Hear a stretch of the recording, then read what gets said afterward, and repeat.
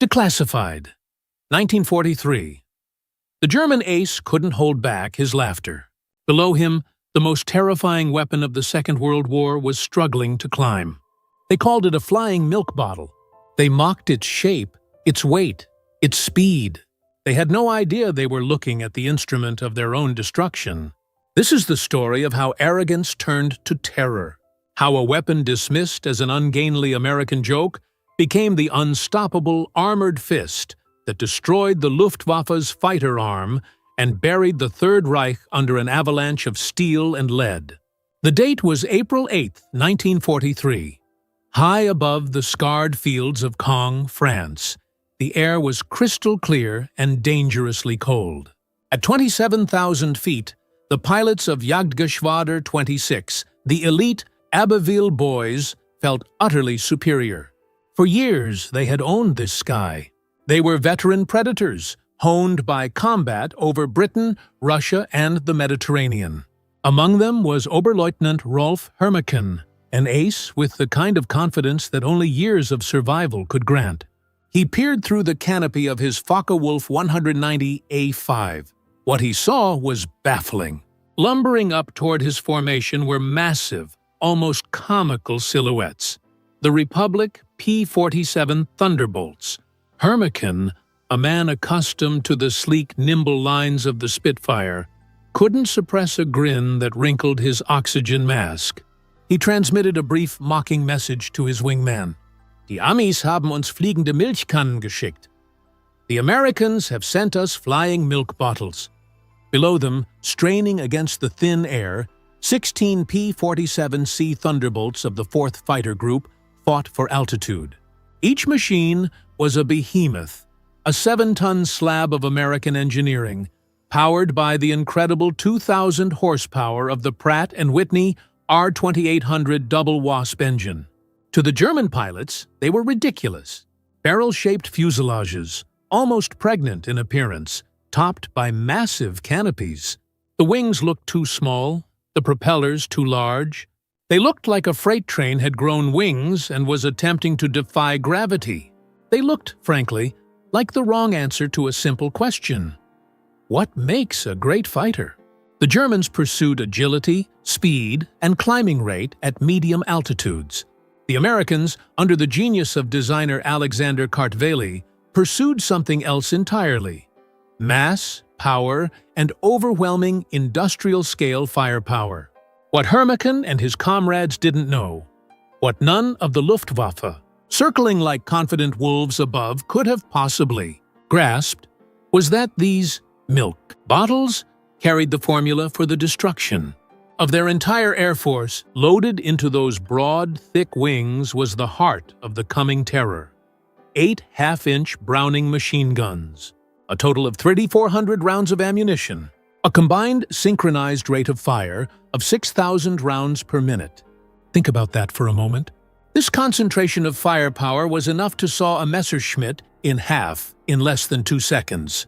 It was a wall of lead. It was mechanical annihilation. And that morning, in April 1943, the first American pilots were strapping themselves into this locomotive.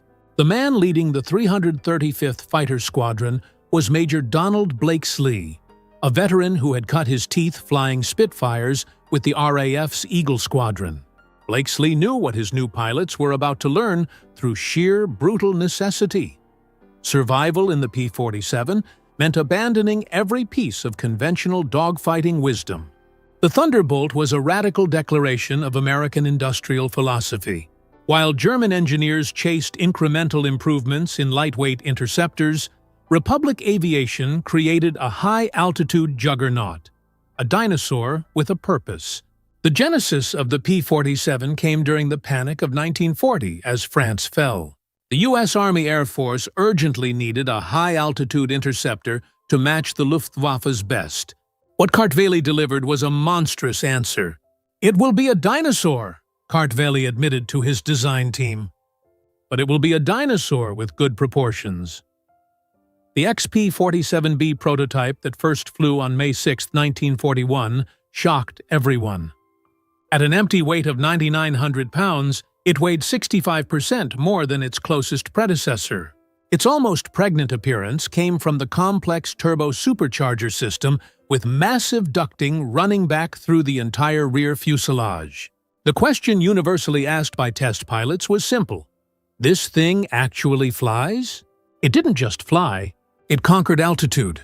The 2,000 horsepower double wasp engine, boosted by the exhaust-driven turbo supercharger, could maintain full power at 27,000 feet, an altitude where the superchargers of German fighters choked and gasped for air. The P-47 delivered sea-level performance in the stratosphere, but the transition to war was brutal. Lieutenant Colonel Hubert "Hub" Zemke, commanding the 56th Fighter Group, initially despised the aircraft. His unit lost 18 pilots and 41 aircraft in training accidents between September 1942 and January 1943. The early P-47 was a killer. It ground-looped savagely on landing. Its engine torques rolled violently on takeoff, and in high-speed dives, pilots discovered the terrifying phenomenon of compressibility, where shock waves formed on the wings and the controls simply froze. In those early months, the P-47 killed more Americans in training than the Germans would in its first months of combat. Yet, those who survived the training crucible discovered the aircraft's incredible potential. Lieutenant Robert S. Johnson, a farm boy from Oklahoma who would later become one of America's top aces, described his first flight. It was like strapping yourself to a locomotive. The power was unbelievable. You didn't fly it, you aimed it. The first combat encounters in April and May 1943 seemed to confirm every German prejudice. P-47s couldn't turn inside the nimble Focke-Wulf 190s. They couldn't climb with the Messerschmitt 109s at medium altitudes. They were sluggish and heavy. Luftwaffe pilots quickly exploited these weaknesses, forcing the Americans into turning fights, where the Thunderbolt's weight became a fatal liability. The commanding officer of Jagdgeschwader 26, Hauptmann Josef Pips Priller, reported back to headquarters after his first clash. The new American fighter is meat for the slaughter. It flies like a truck, turns like a freight train, and climbs like a pregnant cow. His boys quickly nicknamed them Indianer, fat targets pretending to be warriors. The statistics were damning. In their first month of operations, American fighter groups lost 14 Thunderbolts for only 3 confirmed German kills. Even the RAF, veterans of the Battle of Britain, quietly suggested the Americans might reconsider their choice of mount. The British pilots joked that the P-47's best evasive maneuver was to unstrap and run around its roomy cockpit. But amidst the wreckage of those early losses, a strange, terrifying truth was beginning to emerge. A truth German intelligence completely failed to register. The Thunderbolts that went down had absorbed damage that defied all conventional understanding of aerial warfare. One P-47 returned from a May 4th mission riddled with 21 cannon holes and over 100 machine gun strikes. Damage that would have completely disintegrated a Spitfire or a Messerschmitt. The massive radial engine, unlike the liquid-cooled engines of the German fighters, lacked vulnerable coolant systems. It shrugged off hits that would have stopped a conventional fighter cold. The P-47 was over-engineered, over-armored, and built to survive. It was the anti-fragile fighter. Even more significant was what happened when the P-47s did get their guns on target. The German pilots, used to the lighter punch of rifle-caliber machine guns or the limited ammunition of cannons, had never experienced the devastation delivered by 8 synchronized, heavy half-inch Brownings. The Thunderbolt's weapons battery created a convergence zone of total destruction. It was not a burst of fire. It was a solid stream of steel. The event that irrevocably changed German perception and cemented the Thunderbolt's legend occurred on June 26, 1943, over Lazo, France. It involved the same Lieutenant Robert S. Johnson. Johnson's formation of 48 Poétines Unifided 8 P-47s, returning from escort duty, was bounced by 16 Focke-Wulf 190s from the Secu JG-26, led by a highly skilled pilot. The Germans executed a perfect dive from the sun attack. Johnson's Thunderbolt, flying at the vulnerable rear of the formation, was instantly caught in a catastrophic crossfire. In the first seconds of combat, 20mm cannon shells exploded across his aircraft. His canopy shattered. Hydraulic fluid blinded the cockpit. His engine cowling was ripped away, and fire erupted behind the instrument panel. Johnson, wounded by shrapnel in the leg and nose, tried desperately to bail out, but he was trapped. A 20mm shell had exploded in the canopy track, welding it shut. He was alone, trapped inside a dying, burning aircraft at 27,000 feet. What followed was a demonstration of structural engineering and sheer willpower that defied every assumption about combat damage. Johnson somehow managed to level the aircraft and point it towards the distant safety of England. The P-47 continued to fly, shaking violently, with controls that responded only intermittently. But the nightmare was far from over. It was about to get much, much worse. A lone Focke-Wulf 190, flown by a pilot whose identity has been lost to history, discovered the crippled Thunderbolt limping home at a barely flying 170 miles per hour. The German pilot positioned himself behind the flying wreck and opened fire, unloading his 4 20mm cannons and his heavy machine guns into the P-47. Johnson, unable to evade, could only huddle behind his armor plate and pray. The Thunderbolt absorbed the German's entire cannon ammunition load. Then the German repositioned, now firing only his remaining machine guns. Still, the P-47 flew. The German pulled alongside, staring in disbelief at the wreck. Johnson clearly saw his opponent's face. Young, blonde, his expression shifting from confidence to confusion, and then to something approaching fear. The German pilot made one last pass, emptying his remaining machine gun ammunition into the P-47. Then he pulled alongside again, shook his head in absolute amazement, gave a final informal salute of shock, and peeled away, out of ammunition, unable to comprehend the sight. Johnson's P-47 crash-landed at Manston. The crew chief eventually gave up counting the bullet holes after reaching 200. One 20mm shell had detonated against the armor plate directly behind Johnson's seat. The main structural backbone of the fuselage, the longerons, were shot through. Control cables were partially severed, yet the aircraft had brought him home. The wreckage of Johnson's aircraft sent shockwaves through both air forces. American engineers were stunned. They had underestimated their own creation. German intelligence flatly refused to believe the combat reports. No aircraft could absorb that much punishment and survive. But the testimony of the German pilot confirmed the impossible. The Thunderbolt had taken everything the best Luftwaffe fighter could deliver and laughed it off. By July 1943, American pilots, led by Colonel Zemke, were learning the P-47's secret. Don't turn with them. Don't climb with them at low altitude. Use your weight. Use your power. Use your guns. The massive weight, once a liability, became the Thunderbolt's ultimate weapon. In a dive, nothing could touch it. From 30,000 feet, the P-47 could reach 550 miles per hour, faster than any German fighter, even in a vertical dive. That speed could then be converted back into altitude in a devastating zoom climb that left any pursuing fighter helpless and far behind. Captain Walker, Bud Mahurin, developed what became known as the boom and zoom tactic. Instead of traditional dogfights, P-47 formations climbed to extreme altitude, higher than German fighters could operate effectively. When Luftwaffe fighters appeared below, the Thunderbolts rolled inverted and dove, a hammer from heaven. At the bottom of that terrifying dive, the heavy machine guns spoke, creating what surviving German pilots described as facing a wall of lead. Aircraft caught in that convergence zone didn't just fall, they disintegrated. Wings separated from the fuselage, tails were severed, crew compartments shredded into metal confetti. The true revelation of American power came on August 17, 1943, during the deep penetration raid on Schweinfurt and Regensburg.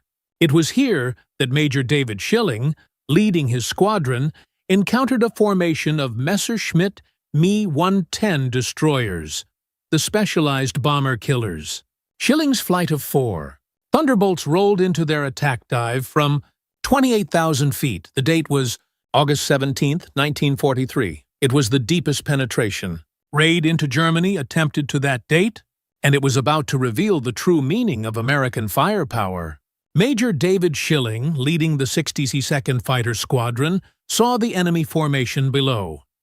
Messerschmitt Me-110 destroyers. These twin-engine aircraft, heavily armed with cannon and rockets, were the Luftwaffe's specialized bomber killers. They were less maneuverable but packed a devastating punch. Schilling's flight of 4 Thunderbolts rolled inverted and plunged toward the Me-110s from 28,000 feet. The speed was immense, the German targets growing rapidly in the gun sights. Unteroffizier Heinrich Roth, a gunner in one of the Me-110s, survived the encounter and later recounted his horror in an interrogation. The American fighters came down like hammers from heaven. I opened fire at 800 meters. Good hits. I saw them strike the fighter's wing. The P-47 didn't even wobble. Then he fired. Roth's voice, filtered through the transcript, conveyed genuine shock. The aircraft ahead of us simply came apart. Not shot down, destroyed. Wings separated from fuselage, the crew compartment shredded into metal confetti. In less than 60 seconds, 8 Me-110s were destroyed. The German pilots had never experienced such concentrated, ballistic destruction. Each P-47 carried 3,400 rounds of half-inch ammunition. At the optimal convergence distance, usually set to 300 yards, all 8 guns' paths intersected in a zone roughly 6 feet in diameter. Anything caught in that zone was hit by over 100 projectiles per second. The metal literally could not withstand the sheer volume of high-velocity steel tearing through it. The aircraft didn't crash. They were erased. The ammunition itself was a revelation of American industrial capacity. While German fighters struggled with limited 20mm cannon rounds, typically 120 to 200 total, American pilots could maintain continuous fire for over half a minute. The standard combat load mixed armor-piercing incendiary, armor-piercing tracer, and ball ammunition. It was a cocktail of destruction designed not only to puncture, but to ignite the internal structure. The incendiary compound burned at 3,000 degrees Fahrenheit, hot enough to turn aluminum into molten slag. Lieutenant Colonel Francis "Gabby" Gabreski, who would become the top American ace in Europe, summarized the effect clinically. When you hit them with all 8, they don't just go down, they explode. I saw a 109 literally cut in half, the tail falling one way, the nose and wings another. The pilot never knew what hit him. The revelation of altitude, the Achilles heel of the Luftwaffe. By September 1943, the Luftwaffe was discovering another horrifying reality about the P-47 that extended beyond its guns. Its performance improved dramatically with altitude, precisely where German fighters suffered. The Thunderbolt's turbo-supercharged double-wasp engine maintained its rated power output up to 30,000 feet.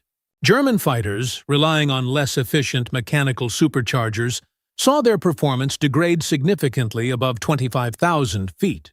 They were flying into a region of air where their engines gasped, and their control surfaces went sluggish. Oberleutnant Hans Philipp, one of Germany's most successful aces with 206 victories, encountered this new reality fatally on October 8, 1943. Leading Jagdgeschwader 1 against a B-17 formation over Bremen at 28,000 feet, Philipp found his Focke-Wulf 190A6 sluggish and unresponsive in the thin air.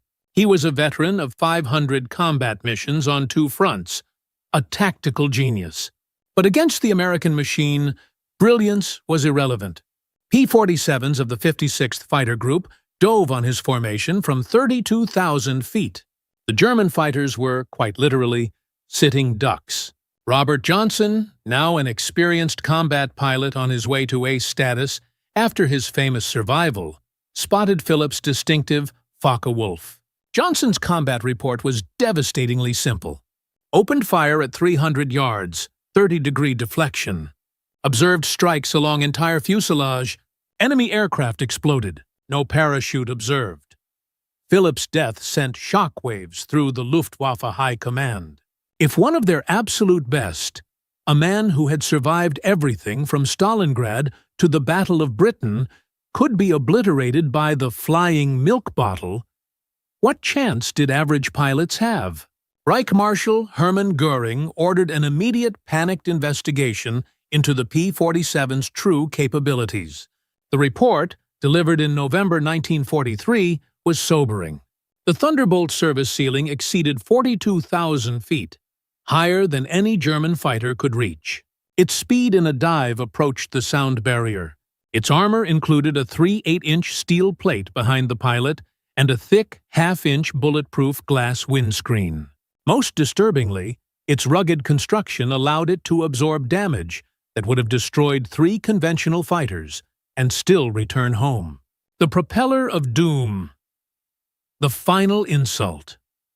In January 1944, a new variant of the P-47 began arriving in England that completed the transformation from laughingstock to outright nightmare. The P-47 D-22 featured a new Hamilton Standard hydromatic propeller with massive broad-chord paddle blades 13 feet in diameter. These were like massive oars biting into the air.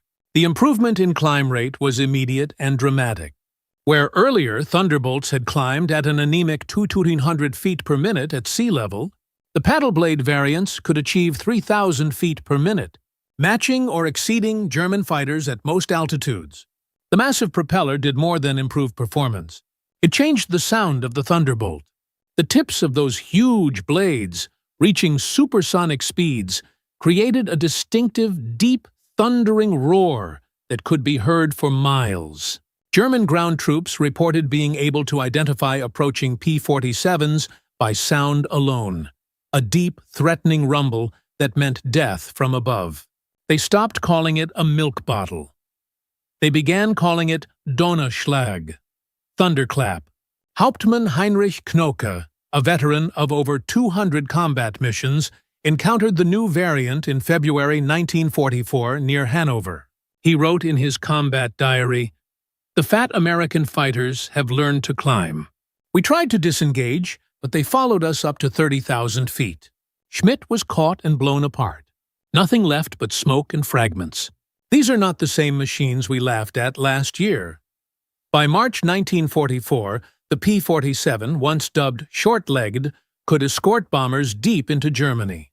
With external fuel tanks, 2 108-gallon wing tanks or a 75-gallon belly tank, the Thunderbolt's range extended to over 1,000 miles. When the tanks were dropped, the paddle blades ensured the fighter was immediately ready for combat on equal terms.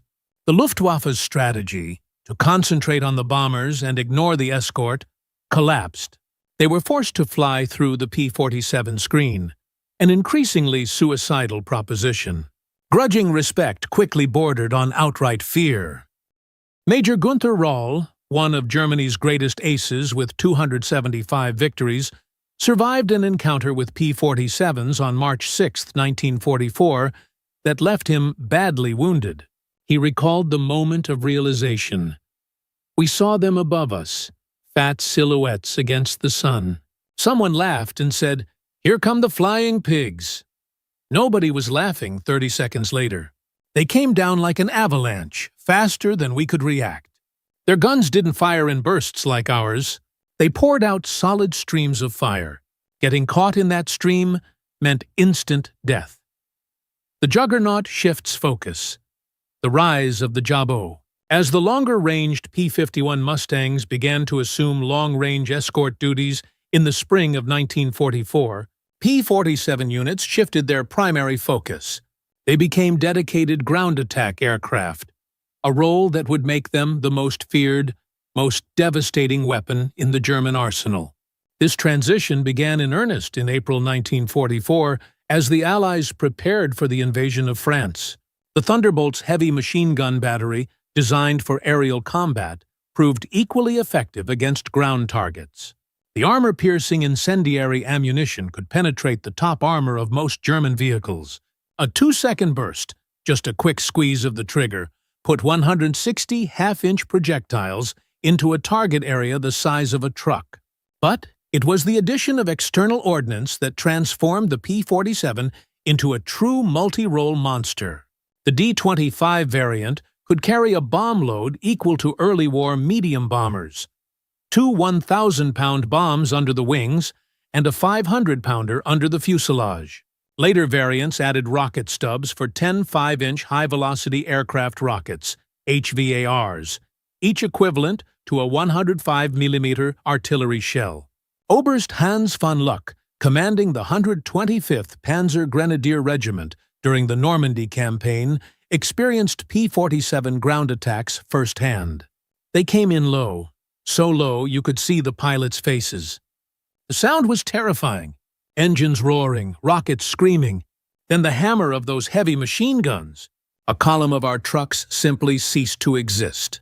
20 vehicles transformed into burning wreckage in one pass. The psychological effect was devastating. German soldiers called them Jabos, Jagdbombers, fighter bombers. But these were something beyond that. They were flying artillery with the accuracy of snipers. On June 6, 1944, D-Day, the Luftwaffe discovered how utterly the balance of power had shifted. Over 500 P-47s provided air cover for the invasion, creating an impenetrable umbrella over the beaches. German fighters attempting to reach the landing zones were simply massacred. Oberleutnant Wolfgang Fischer, one of only 3 German pilots to reach the beaches that day, reported a chilling observation. The sky belonged to the Americans. Thunderbolts were stacked from sea level to 30,000 feet. We tried to break through at dawn. 12 fighters from our group. I was the only one to return. The P-47s were waiting at every altitude. You couldn't climb over them, couldn't dive under them. Their guns turned German fighters into aluminum rain. In the weeks following D-Day, P-47s systematically strangled German movement in daylight. The statistics are staggering, a chilling testament to industrial warfare. In June alone, 9th Air Force Thunderbolts claimed 651 locomotives, 3,847 trucks, and 512 tanks and armored vehicles destroyed. The Wehrmacht was forced to move only at night, severely hampering their ability to respond to Allied advances. The Germans tried everything to counter the threat. They reinforced vehicle armor. They deployed more anti-aircraft guns. They developed new camouflage. Nothing worked. The P-47's combination of speed, armor, and firepower made them nearly unstoppable. Even the dreaded 88-meter flak guns struggled to track the fast-moving armored fighters at low altitude. The Pacific Theater and the Jet Challenge.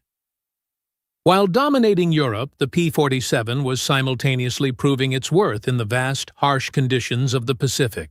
The 348th Fighter Group, operating from New Guinea, found the Thunderbolt's rugged durability perfectly suited to the long distances and extreme heat.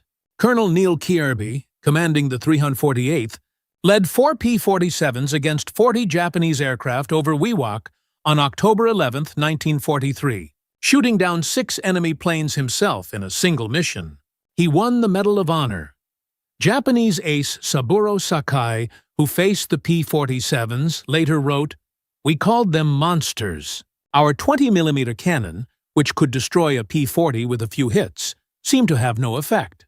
I put dozens of rounds into one Thunderbolt and watched it fly away."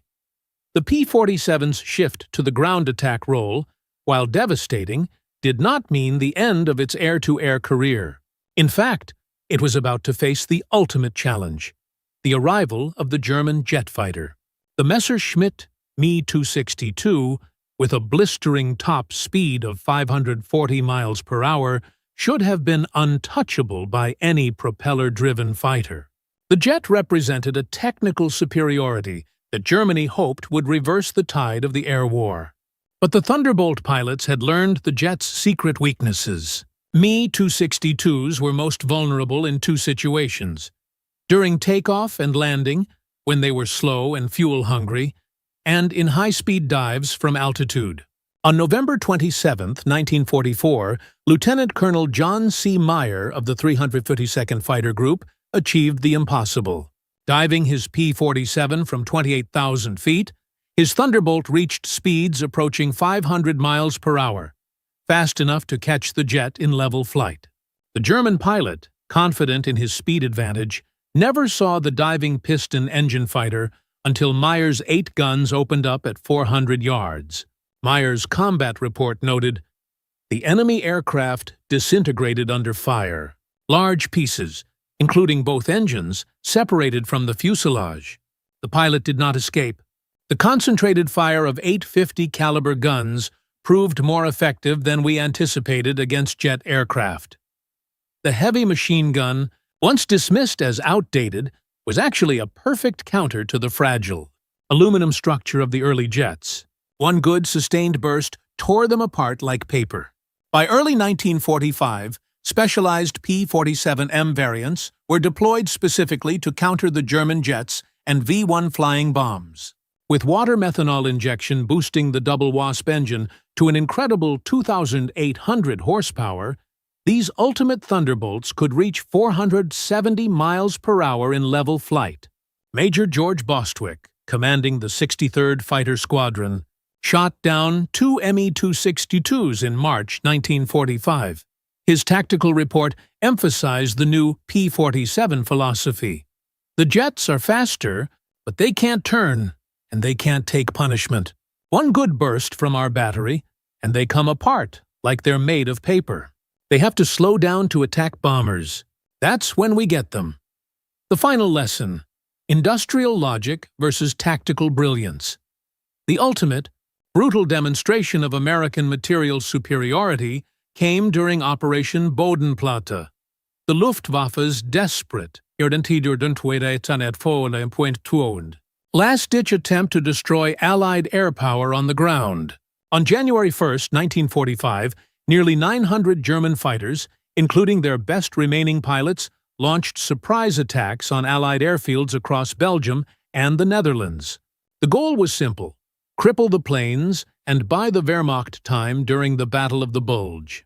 At Waiboy 34 Airfield near Metz, home to the 365th Fighter Group's P-47s, the attack was initially a success. German fighters destroyed 22 Thunderbolts on the ground. A captured German pilot was brought to the command post and, seeing the burning wrecks, taunted the Americans. What do you think of that? Major George Brooking's response became legendary throughout the 9th Air Force. He pointed to the flight line where ground crews were already pushing the damaged aircraft aside and preparing the hard stands. By tomorrow, we'll have 40 new ones. How long will it take you to replace your pilots? The German pilot's smirk vanished. That quote summarized the entire course of the air war. Within 48 hours, factory-fresh P-47D-40s were filling the flight line, flown in from depots in England. The Luftwaffe, in their desperate gamble, lost 271 aircraft and 213 irreplaceable veteran pilots, instructors, squadron leaders, the very core of their remaining fighting force. The Americans lost 134 aircraft total across all attacked airfields, all replaced within a week. The numbers told the story of inevitable defeat. The Germans were fighting a battle of attrition they could never win. They had superior tactics, but the Americans had superior capacity. The industrial juggernaut Republic Aviation produced 15,683 P-47s during the war, more than any other American fighter. At its peak, the factory on Long Island completed 1 Thunderbolt every hour, around the clock. The Evansville plant in Indiana, built from empty farmland in 1942, was producing 500 aircraft per month by 1944. Each P-47D was a machine of incredible complexity. 65,000 individual parts, 8 miles of electrical wiring, 2,000 pounds of aluminum. The engine alone contained 2,400 individual components, machined to tolerances of 1,000th of an inch. Yet, American workers, many of them women who had never seen an aircraft before Pearl Harbor, assembled these complex machines with a precision that exceeded peacetime standards. This was the true, terrifying weapon the Germans faced. The sheer scale of the ammunition production was equally staggering. Each P-47 sortie required 3,400 rounds of 50 caliber ammunition. With hundreds of Thunderbolts flying daily missions, ammunition consumption exceeded 10 million rounds per month by mid-1944. The fuel consumption alone was enormous. The 9th Air Force consumed over 25 million gallons of aviation fuel monthly by late 1944, all of it shipped across the Atlantic in tankers that were themselves products of American mass production. Even more decisive than aircraft production was pilot training. By 1944, the United States was graduating 30,000 pilots annually from advanced training, more than Germany had trained in the entire war. Each P-47 pilot received a minimum of 400 hours of flight training before entering combat, including 100 hours in advanced fighters. German pilots, by contrast, were entering combat with less than 100 hours total time by the war's end. The difference in the cockpit was insurmountable. American pilots arrived trained in formation flying, instrument navigation, gunnery, and tactics. They had practiced against captured German aircraft, understanding their enemy's limitations. Lieutenant Eugene Roberts, arriving in England in September 1944, summed up the advantage. I had 420 hours in my logbook. I'd fired at towed targets, practiced deflection shooting, studied gun camera film from actual combat. The German pilot I faced couldn't have had half my experience. It wasn't even a fair fight. The laughter dies. In March 1945, Oberstleutnant Josef Priller, the same pilot who had mocked the P-47s as pregnant cows 2 years earlier, was interviewed by German propaganda officials seeking to boost morale.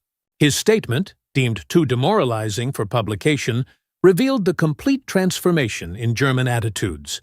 The Thunderbolt is the best fighter-bomber ever built. Its firepower is unprecedented.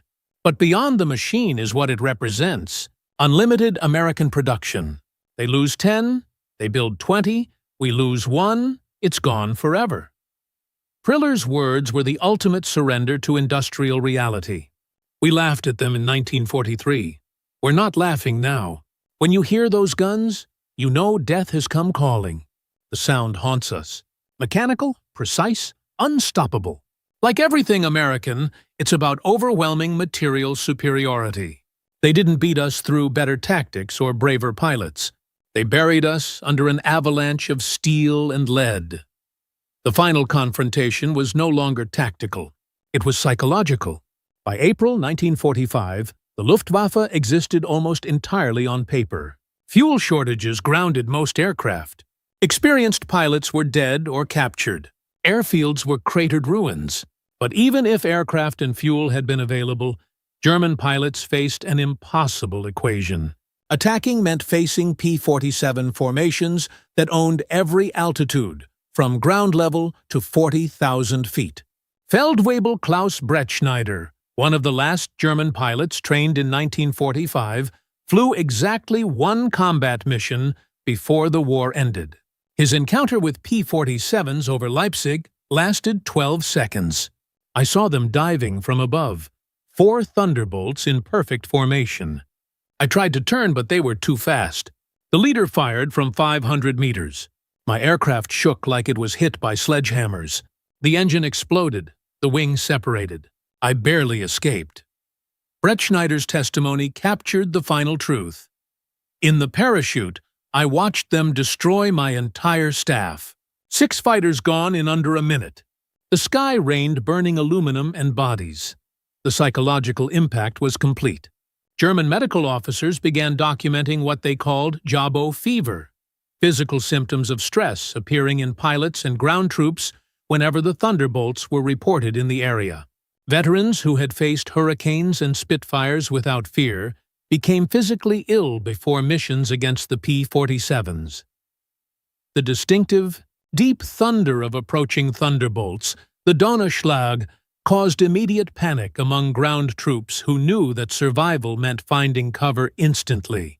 The final judgment: .50 caliber versus cannon. Even after the war, some German veterans maintained that the P-47 won solely through quantity, not quality. They argued that German fighters were technically superior, but were simply overwhelmed by numbers.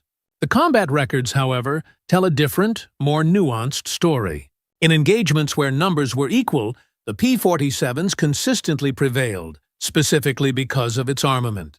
The heavy machine gun battery, once dismissed as inferior to the 20mm cannon, proved demonstrably more effective in actual combat against the fragile structure of World War II fighters.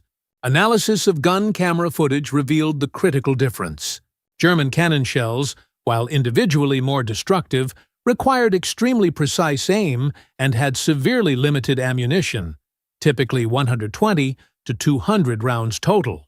A pilot had to be perfect. The P-47's 8 Browning machine guns created a statistical probability cloud of bullets that guaranteed hits even with imperfect aim. At typical engagement ranges, a 2-second burst put at least 20 rounds into a fighter-sized target, enough to ensure catastrophic destruction. The ammunition itself was superior. American .50 caliber armor-piercing incendiary (API) rounds used a delayed action fuse that ensured penetration before the incendiary compound ignited. This compound burned at temperatures hot enough to melt aluminum structure. German 20mm shells often exploded on surface contact, causing spectacular but often superficial damage. The P-47, at its heart, represented the perfect merging of overwhelming industrial resources with brute force engineering philosophy. The design was famously overbuilt. The wing spars were designed to support 40,000 pounds, 3 times the aircraft's loaded weight.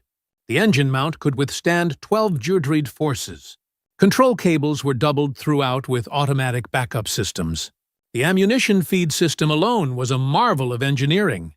8 separate ammunition boxes, each holding 425 rounds, fed through electric boost motors to prevent jamming during high-G maneuvers. The guns were electrically heated to prevent freezing at altitude. It was a complex, beautiful, and utterly ruthless machine, built by the thousands, flown by kids barely out of high school, and maintained by mechanics who learned their trade in weeks. The system was designed to be invincible, and it was. The Pacific, and the long-range terror. While the European theater often overshadows it, the Pacific was where the P-47 proved its long-range evolution. The P-47N variant, developed specifically for the Pacific, featured increased fuel capacity with wet wings holding 93 gallons each. This innovation extended its range to an astonishing 2,350 miles. The short-legged fighter of 1943 had evolved into a true long-range weapon, escorting B-29 Superfortress bombers all the way to Japan. Japanese ace Saburo Sakai, having faced the Thunderbolt, noted the lack of effect his 20mm cannon had. "I put dozens of rounds into one Thunderbolt and watched it fly away." The P-47's legendary durability was a universal truth of the war. The historical record: laughter to annihilation. The captured German intelligence records at the end of the war revealed the complete reversal of opinion about the American fighter. April 1943, assessment: large, unmaneuverable fighter, inferior to German types in all performance parameters except dive speed. Machine gun armament insufficient. Assessment: minimal threat. December 1943, assessment: exceptional high-altitude performance. Extreme structural strength. Firepower increasingly problematic. Assessment: significant threat, above 25,000 feet. June 1944. Assessment: dominant fighter-bomber, superior to all German types, above 20,000 feet. Firepower devastating against all target types. Structural strength makes shoot-down extremely difficult. Assessment: Critical threat at all altitudes. March 1945. Assessment. Best fighter-bomber of the war. Combination of firepower, durability, and performance unmatched. Pilot quality exceptional. Assessment. Unsurvivable in direct engagement. The transformation from minimal threat to unsurvivable took less than 24 months. It is one of the most drastic, rapid shifts in aerial combat history. The final statistics of the apocalypse. The final statistics of P-47 operations defy comprehension and deliver the final brutal judgment on the air war. In the European theater, 3T-752, German aircraft destroyed in aerial combat. 315. 15-2. Aircraft destroyed on the ground. 86,000 railway cars. Destroyed. 1,000 locomotives. Destroyed. 1,000 armored fighting vehicles. Destroyed. 8,000 trucks destroyed. The 9th Air Force alone, primarily equipped with Thunderbolts, flew 213,873 combat sorties, dropped 120,000 tons of bombs, and fired 135 million rounds of ammunition. The Thunderbolt units achieved a staggering 4.6.1 kill ratio in aerial combat, while maintaining the lowest loss rate of any Allied fighter-bomber. It was efficient, devastating, and inescapable. The human cost was paid by the enemy. The Luftwaffe lost approximately 28,000 pilots killed in combat against the Western Allies. Many fell to the concentrated, unforgiving fire of those American heavy machine guns.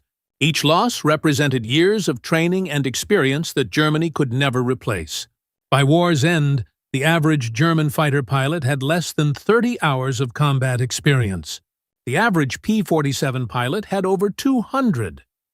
The last word. At a reunion of German and American fighter pilots in Arizona in 1985, General Lieutenant Adolf Galland, the former head of the Luftwaffe fighter arm, gave the final word on the P-47. "We made a terrible mistake in 1943. We saw this big, heavy fighter and laughed. The Americans don't understand air combat. We said they built a bomber and called it a fighter." Galland paused, his voice heavy with the weight of history. "We were the ones who didn't understand. The Americans didn't try to build a European fighter. They built an American one designed around production, firepower, and survivability." The first time I flew a captured P-47 after the war, I understood everything. The power was incredible. It was a pilot's aircraft wrapped in armor. He concluded with the ultimate tribute to the American industrial victory. But what really impressed me was realizing that America built over 15,000 of these complex machines while fighting a two-ocean war. They built them faster than we could build simple fighters. That's when I knew we never had a chance. Those guns. We called them Roosevelt's piano because of the sound they made. Once you heard that sound, you never forgot it. Many of my friends heard it for the last time. The P-47 didn't just defeat the Luftwaffe, it destroyed it. The P-47 Thunderbolt entered combat as an object of derision and ended the war as an instrument of annihilation. The laughter died with the German comrades who were consumed by that avalanche of steel and lead. The thunder had spoken, and the sky belonged to America. Call to action. But the story doesn't end there. The Thunderbolt changed the face of war, but it also paved the way for the jet age it briefly defeated. What do you think was the single most impressive P-47 statistic? Was it the 4.61 kill ratio, the 135 million rounds fired, or the fact that one aircraft could be built every hour? Tell me in the comments below. And if you want to uncover more of the incredible untold stories that turned the tide of World War II, hit that like button and subscribe right now. We unearth hidden views and bury the competition here every week. Don't miss the next classified history deep dive. A German soldier in 1944 knew exactly what to do with hatred. He was trained for brutality. He was prepared to be brutal and to receive brutality. The one thing he was not prepared for was decency. When 400,000 German POWs arrived in Britain, they weren't met with rifle butts. They weren't met with starvation. They were met with rules, with procedure, with tea. This simple act of civilization was a psychological bomb. It didn't target their bodies. It targeted their minds. It was a weapon that bypassed their training and struck directly at their indoctrination, triggering a total, catastrophic collapse of their reality. How did a cup of tea and a polite good morning become more effective at breaking a fanatic's will than a tank? To understand this psychological warfare, you must first understand the lie they lived. For a decade, they were told the British were monsters. They were explicitly promised torture and execution. He was ready for the chaos and the monsters he was promised. Instead, he sees British soldiers. They are standing in neat formations. Their rifles are held correctly, at ease. Their uniforms are pressed, despite the miserable weather. There is no shouting. No one is being kicked or struck. There is just quiet, military discipline. Instead, he sees British soldiers. They are standing in neat formations.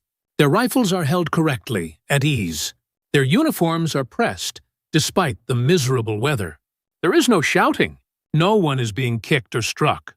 There is just quiet, military discipline. It reminds him uncomfortably of German peacetime standards. The same standards his own shattered division had long since abandoned during the desperate, panicked retreat through France. A British sergeant approaches. He is middle-aged with a steady, unimpressed gaze. He looks like a man who has seen everything the war had to offer, and was bored by it. He speaks. His German is heavily accented, but it is perfectly comprehensible. You will form orderly lines. You will be searched for weapons. You will then receive water and be transported to the processing center. Anyone causing trouble will be disciplined. Anyone cooperating will be treated correctly. Understood? The tone isn't cruel, but it isn't kind. It is simply matter of fact. It is soldiers addressing other soldiers. Martin finds himself nodding before he realizes he is instinctively taking orders from the enemy. The search is thorough, but it isn't humiliating. Personal effects, photos, letters, are cataloged and stored, not stolen or ripped apart. The wounded are separated, not left to bleed, but tagged for immediate medical attention. And then comes the water. British soldiers move down the lines with canteens, offering drinks to men who, just weeks earlier, had been trying to kill them. Martin drinks. The water is cold. It is clean, and it is accompanied by something he cannot possibly process. A British soldier hands him a tin mug and says, almost apologetically, "Sorry about the wait. There's tea at the camp." Tea? The British, the barbarians, the monsters of propaganda, were apologizing for a delay in serving tea to their mortal enemies. Martin Keller stares at the empty mug in his hands, trying to reconcile this single insane moment with everything he had ever been told. And in that cold English drizzle, he feels the first terrifying crack form in 4 years of carefully constructed propaganda. This was not the enemy he was promised. This was something else, and it was far more confusing. What Martin Keller was experiencing wasn't an accident. It wasn't the kindness of a single soldier. It was a system, a deliberate, calculated, and industrial-scale system of decency. By the autumn of 1944, as Allied armies swept across Europe, Britain faced a staggering logistical challenge. It held over 400,000 Axis prisoners, Germans and Italians, captured in the deserts of North Africa, the mountains of Italy, and the hedgerows of Normandy. A network of over 600 facilities, designated POW camps, stretched from the rocky coasts of Cornwall to the highlands of Scotland. These were prefabricated compounds, encircled by barbed wire and guard towers, housing anywhere from 500 to 5,000 men each. And this entire system operated under one strict directive, which came from the very top. The War Office instructions were explicit. Prisoners would be treated according to the 1929 Geneva Conventions. They would be fed adequately, housed properly, worked within legal parameters, and disciplined firmly, but fairly. This wasn't sentiment. It was cold, calculated policy with 4 clear objectives. 1. Security. The British were pragmatic. Well-treated prisoners caused fewer problems than abused ones. Content, well-fed men didn't riot. They didn't attempt mass escapes. They were easier to manage. 2. Intelligence. Cooperative prisoners provided valuable information. A POW who wasn't being beaten was far more likely to talk. MI-19, the British intelligence branch for POWs, understood this. A kind word, a cigarette, and a question about morale back home often yielded more secrets than a rubber hose. 3. Diplomacy. This was critical. Proper treatment ensured reciprocal treatment. Every German POW fed in Britain was a bargaining chip for a British POW in a German stalag. For families back home, with sons captured at Arnhem or Tobruk, this was not a small detail. It was everything. And 4. Morality. This was the great propaganda war. Britain was fighting, it claimed, for civilization against barbarism. Maintaining civilized standards, especially toward a defeated enemy, was the ultimate proof of which side represented genuine values. It was a direct public reputation of the Nazi ideology. The numbers, hidden from the public at the time, tell the story of this systematic care. And they are shocking. The total German POWs held in Britain between 1944 and 1948, approximately 402,000 escape attempts. Recorded, warned to 170. Successful. Escapes. Men who made it off the island. 0. Medical care. Every camp had at least a basic infirmary. Larger camps had full hospitals. The mortality rate for German POWs in British captivity was 0.03%, which was lower than the mortality rate of the British civilian population at the time. But this is the statistic that shatters all propaganda. The average daily ration for a German prisoner, 2,900 calories. Let's put that in perspective. Due to severe rationing, many British civilians, the very people whose homes were being bombed, were surviving on less. The British government was, in fact, giving more food to its captured enemies than to its own people. These were not propaganda figures. They were documented, internal statistics. German prisoners in Britain would survive the war. They would return home healthy, and they would carry with them memories. Memories that would, in time, reshape the future of Germany itself. Martin Keller's transport arrived at Camp 174 in Lanarkshire, Scotland, on October 19th. The facility held roughly 2,000 prisoners. The wooden barracks were arranged in neat rows, surrounded by double barbed wire fencing and 8 guard towers. It was nothing luxurious, but it was weatherproof. It was organized. It was clean. The processing was a model of cold efficiency. Documentation was completed in German by British clerks who had learned the language specifically for POW administration. Medical examinations were conducted by British Army doctors who treated prisoners with the exact same professional detachment they would show a British soldier. They were assigned to barracks. The camp rules were explained clearly without ambiguity. The efficiency was impressive and deeply unsettling. This wasn't improvised captivity. Britain had anticipated holding massive numbers of German prisoners and had prepared for it. This was industrial-scale imprisonment, executed with a characteristic British competence that Keller had been taught to associate only with his own regime. And then came the first meal. Keller lines up in the mess hall. He is braced for the propaganda to finally come true. The tea was a trick, he thinks. This is where the cruelty begins. He expects watery soup with a single floating potato. He expects sawdust bread. Deliberate, grinding hunger. Instead, the dinner is substantial. Bread. Real bread. not the ersatz substitute he'd been eating on the front.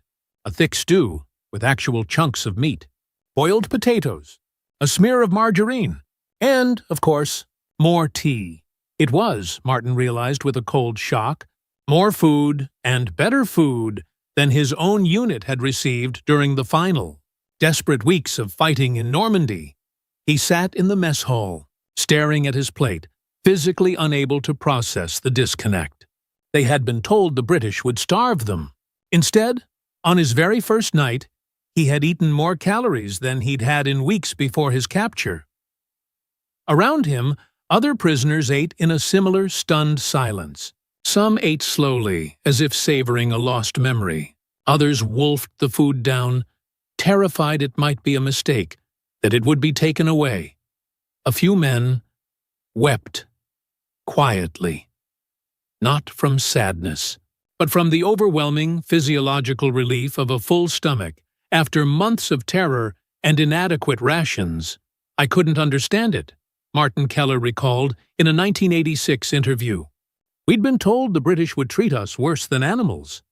Instead, that first night, we received proper food, slept in dry barracks with real beds, and were not beaten. The disconnect between expectation and reality was so profound that some prisoners thought it must be temporary. A trick, that the real brutality would start once we had been softened up. It never came. What came instead was routine. The rules at Camp 174 weren't kind, but they were fair, and they were applied equally to all prisoners. There was no favoritism based on rank or unit. There was no arbitrary cruelty based on a guard's mood. Sergeant Major William Thompson, who supervised the guards at Camp 174, had a simple philosophy he explained to all new personnel. These men were our enemies. That's a fact. They fought for Hitler. They killed our mates. They bombed our cities. But they're prisoners now, which means they are our responsibility. We don't abuse them because we are not savages. We maintain order through discipline and fairness. That is the British way. We do not need to beat a man to show we have beaten him. The barbed wire does that for us. This philosophy, this restraint, created a distinctive camp atmosphere. Guards did not fraternize. There was no friendship, but they showed a baseline, professional courtesy. Orders were given clearly and enforced consistently.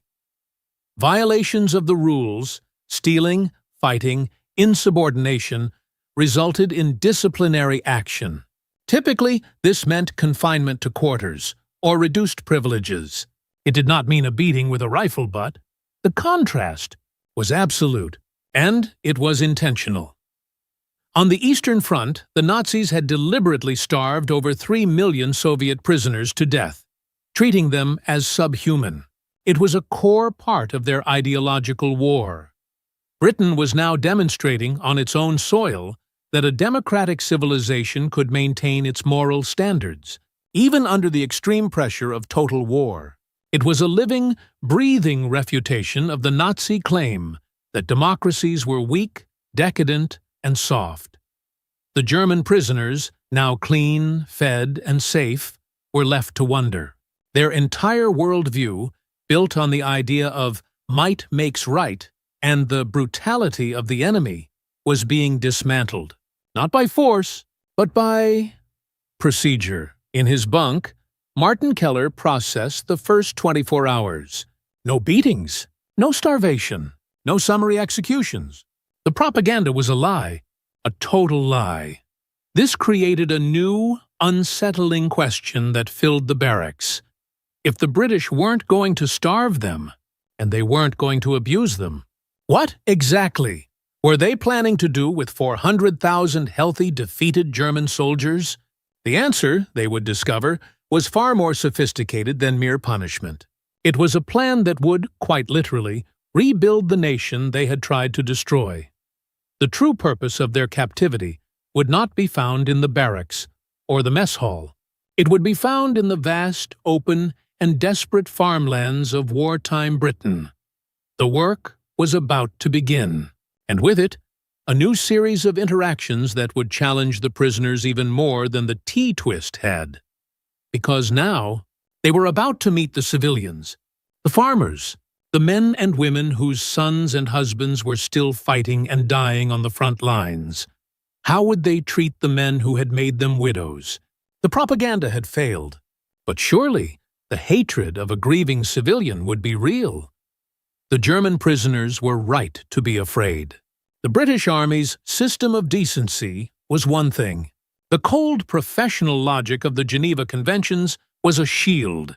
But out here, in the vast open fields of the British countryside, they were no longer protected by the system. They were face to face with the British people, and the British people were suffering. This was not a theoretical war for them. Their cities were rubble. Their food was strictly rationed. And on almost every street, in every village, was a family that had lost a son, a brother, or a father, fighting the very men who were now arriving in trucks to work their land. The work program itself was born of sheer desperation. Britain faced a catastrophic labor shortage. With millions of its own men in uniform, the nation was starving. Farms lacked the workers to bring in the harvests. Roads needed repair. Forests needed clearing. The British economy was on the brink of collapse. The Geneva Conventions were clear. It was legal to use non-commissioned prisoners for agricultural and infrastructure labor, as long as it was not directly related to the war effort. And so, a plan was enacted. Over 380,000 German prisoners were assigned to work. More than 10,000 farms across England, Scotland, and Wales received this enemy labor force. In December 1944, Martin Keller was assigned to a farm in Kent. He and 15 other prisoners were trucked out, under guard, to a small private farm. They were met by the owner. His name was Robert Harrison. He was an older man, his face weathered by sun and grief. He'd lost his only son at Dunkirk 4 years earlier. This was the moment Keller had dreaded. This was the man who had every reason in the world to hate him, every reason to be cruel. The guards left them there. It was just the farmer and the prisoners. We harvested crops, repaired fences, helped with the livestock, Martin recalled. The work was hard. I had been a bank clerk before conscription, not a farmer. But it was not impossible. What he remembered most, however, was Robert Harrison. He was stern. He was fair. He showed us how to do the tasks properly. He expected competent work, and he did not tolerate laziness. But he also brought us tea during breaks, and he never, not once, raised his hand to anyone. It was honest work, for honest treatment. The prisoners, braced for hatred, were met instead with a quiet, dignified, and almost painful professionalism. Robert Harrison himself was interviewed in 1979 about his decision to use German labor. They were just lads, really, he said, his voice quiet. Scared, far from home, doing what they'd been told. My boy, my David, he died fighting their army. But these particular men hadn't killed him. Hating them wouldn't bring David back.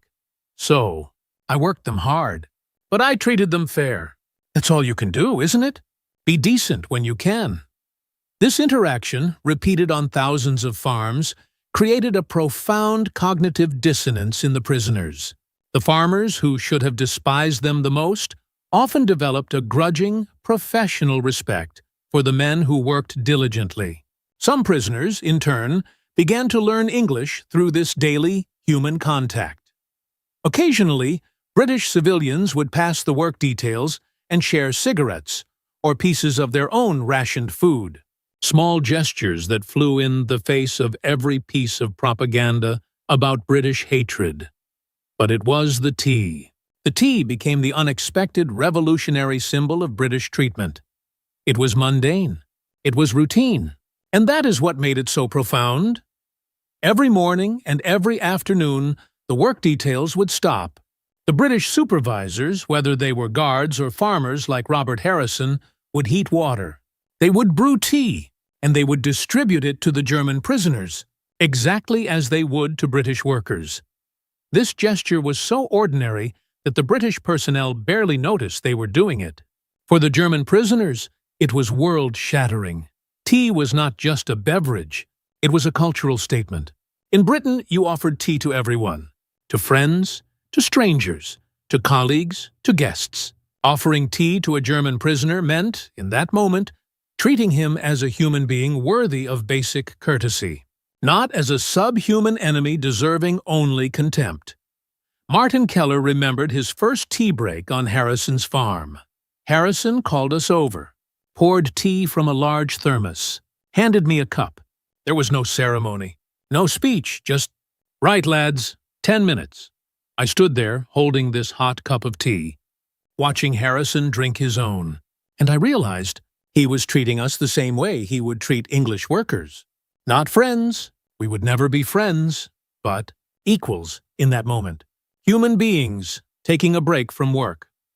That casualness, Keller said, that normalcy. It destroyed every stereotype I had ever believed about British arrogance and cruelty. The tea breaks became deeply symbolic. They represented Britain's fundamental, unshakable decency. The willingness to extend basic courtesies even to a defeated, hated enemy. The fact that the guards and supervisors did this without thinking, as pure routine, made it more powerful than any Allied propaganda broadcast could ever hope to be. One prisoner wrote in a letter home, which was censored but allowed through. "The British give us tea, real tea, twice daily. They share it without hesitation, as though we are workers rather than enemies. I cannot explain what this means. This small gesture of normalcy in captivity, it tells me everything I was taught about British cruelty was lies. This profound contradiction to propaganda was not limited to the farms. It was found in the one place where hatred would be most understandable: the hospitals. Wounded and sick German prisoners, receiving British medical treatment, experienced the same disconnect. Camp 124's medical facility was staffed by British Army doctors and nurses. They treated their German patients with the identical professional standards they applied to British soldiers. Wounded prisoners received complex surgeries, modern medications, and full rehabilitation. Sick prisoners received proper diagnosis and treatment. The care was competent, thorough, and completely non-discriminatory. Martin Keller developed pneumonia during his first winter in captivity. It was January 1945. During one of the coldest stretches in years. He was sent to the camp infirmary, convinced he would be given a bed, and left to die. The camp medical officer, Captain James Walsh, prescribed the new sulfa drugs, bed rest, and, crucially, extra rations. A British nurse, Sister Margaret Downing, monitored his recovery. She adjusted his treatment. She checked his temperature. She administered his medications. She ensured he was comfortable. Martin learned later that Sister Downing had lost her brother at Caen. He had been killed by German artillery. Yet she treated me with complete professionalism, Martin recalled.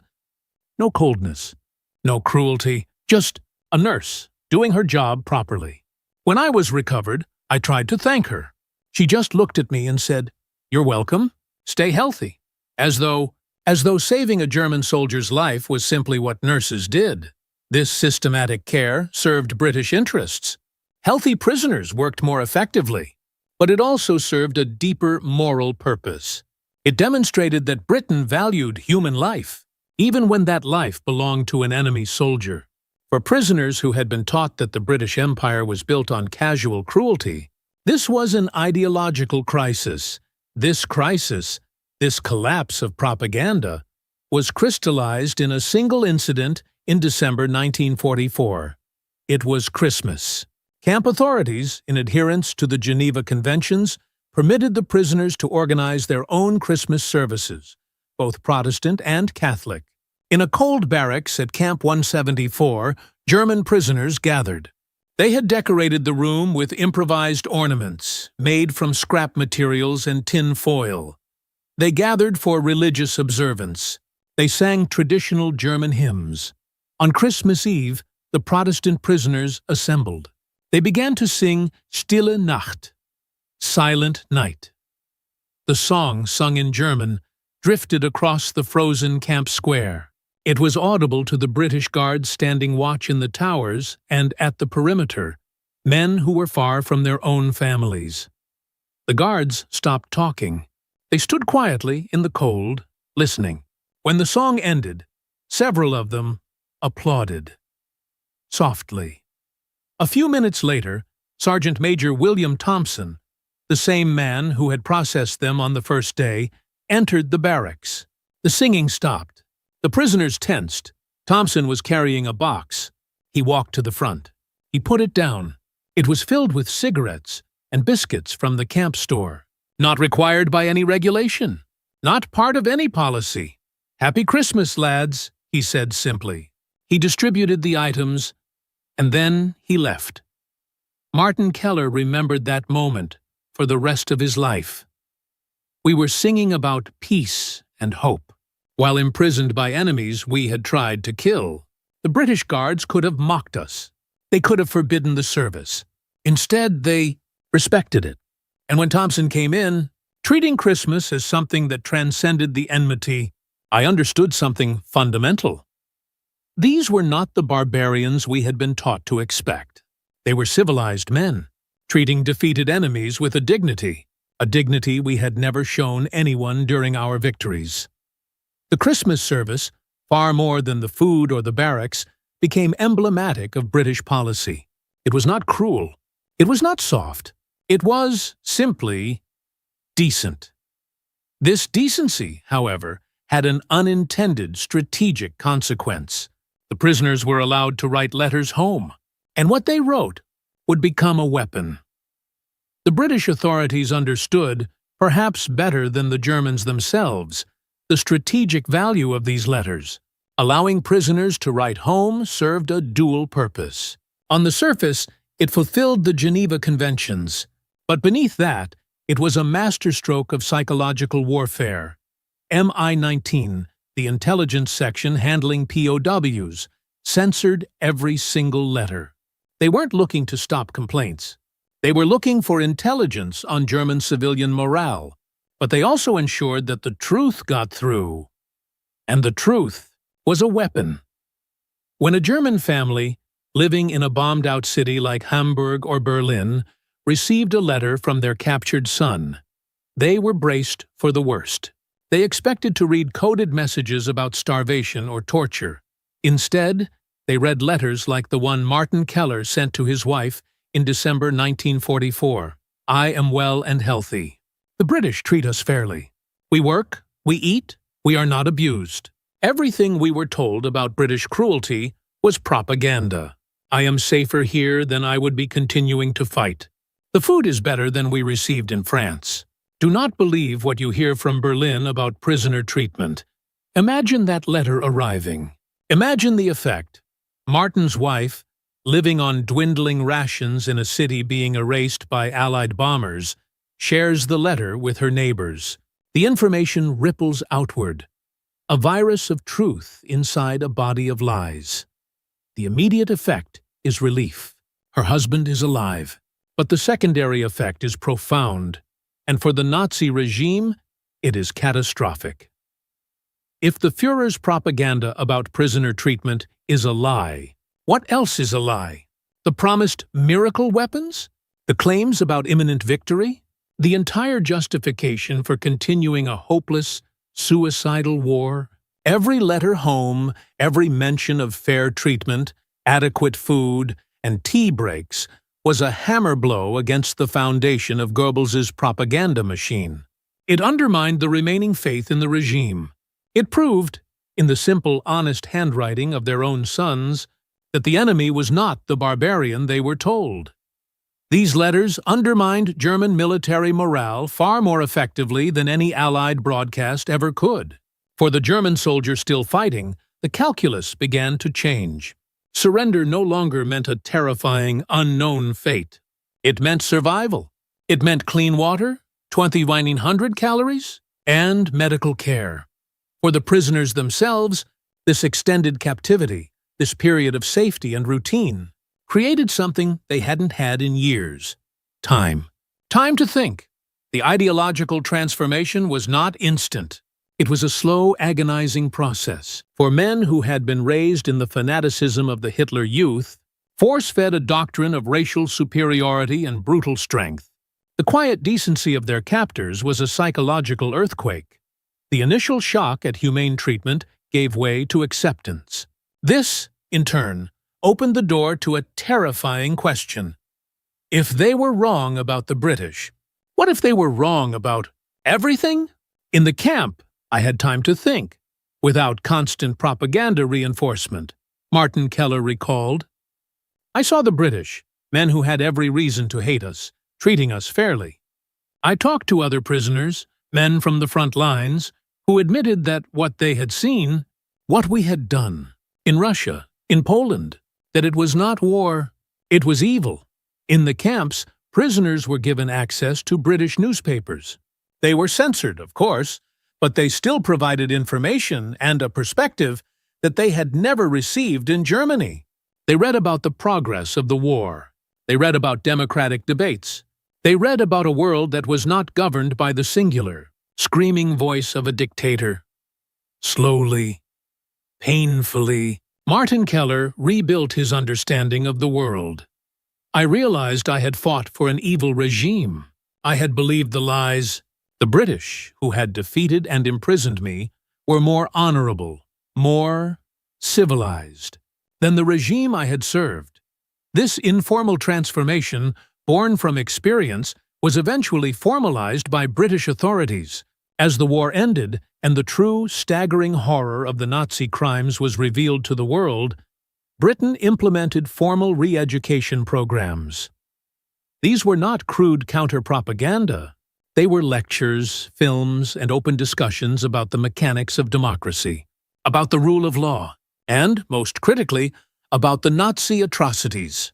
Prisoners were shown the first films from the liberated concentration camps of Belsen and Auschwitz. For many, this was the final, devastating blow. The proof that the regime they had served was not just a political entity, but a criminal enterprise of unimaginable evil. The transformation was not universal. Some prisoners remained committed Nazis until the very end, viewing the British decency as weakness. Others became cynical about all ideology, trusting nothing and no one.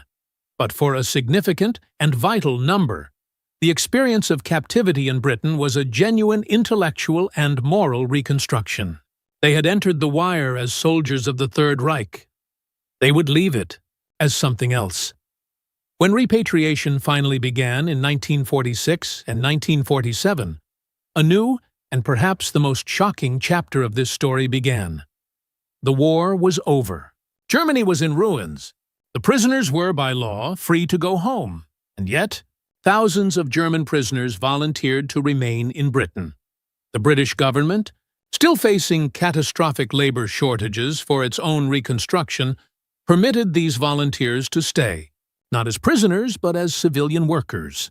Approximately 25,000 former POWs chose to remain through 1948. Martin Keller was among them. I had nothing to return to, he explained. Hamburg was rubble. My family was scattered. My past was gone. Britain offered me work. It offered me housing. It offered me the possibility of rebuilding a life. This voluntary retention was the ultimate, astonishing validation of Britain's POW policy. Prisoners who had been treated fairly became willing workers. Men who had arrived as enemies chose to remain and contribute to Britain's recovery. The transformation was complete. The enemy prisoner had become the voluntary worker.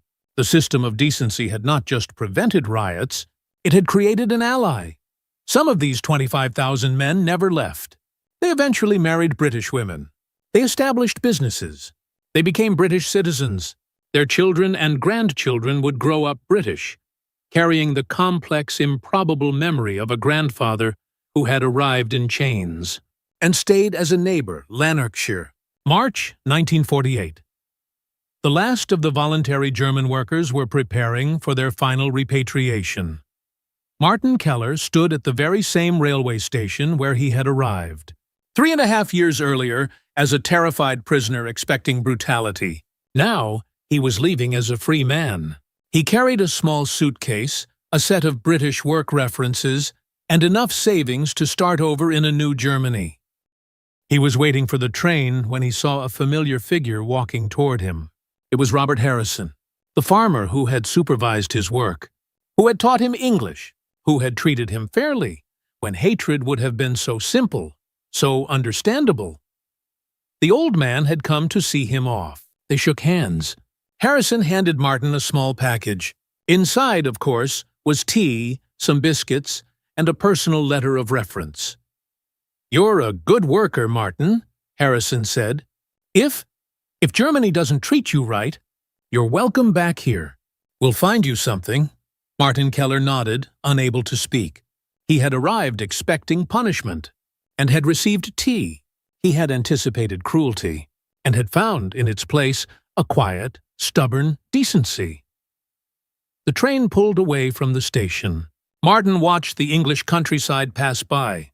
Fields he had worked, villages he had seen, a country that had imprisoned him, but had never broken him, a country that had defeated him in war, but had treated him as a human being in captivity. Years later, living in a rebuilt Hamburg, working once again as a bank clerk, raising his children in a new democratic Germany, Martin would tell them about the British. He would not tell stories of cruelty or revenge. He would tell them about tea breaks, about Christmas services, about farmers who had lost their own sons, yet treated their enemies fairly, about nurses who had saved German lives, despite their own personal losses. "The British taught me what civilization means," he would say, "not through lectures or propaganda, but through how they treated their defeated enemies. They could have been cruel. We deserved it. Instead, they were decent. That decency, that restraint, that fundamental humanity, even toward an enemy, that is strength, real strength, the kind my Germany forgot, and the kind Britain never lost." That gray English morning, when thousands of German prisoners expected punishment but received tea, became a quiet testament to civilization's resilience. Britain proved that even in a total war, fighting against an explicitly evil regime, a civilized nation could maintain its civilized standards. The quiet decency of the British POW camps, the weatherproof barracks, the 2,900-calorie rations, the medical care, the respect for human dignity, demonstrated a truth more powerful than any propaganda. That strength includes restraint, that victory does not require vengeance, and that treating an enemy with basic decency after you have defeated them shows a greater power than any brutality could ever prove. For thousands of German prisoners, British captivity became their first and most profound encounter with a functioning democracy, and for Britain, the successful management of 400,000 enemy prisoners. With minimal mortality and the eventual transformation of many into voluntary workers and advocates for democracy, proved that its civilized values were not a weakness. They were the entire foundation of a lasting victory. The tea that British guards served routinely, without thinking about it, it became the symbol of an entire philosophy, that even an enemy deserves basic human courtesy. That civilization means maintaining your standards, precisely when it would be easiest to let them go. And that true strength is shown not through cruelty, but through unshakable decency.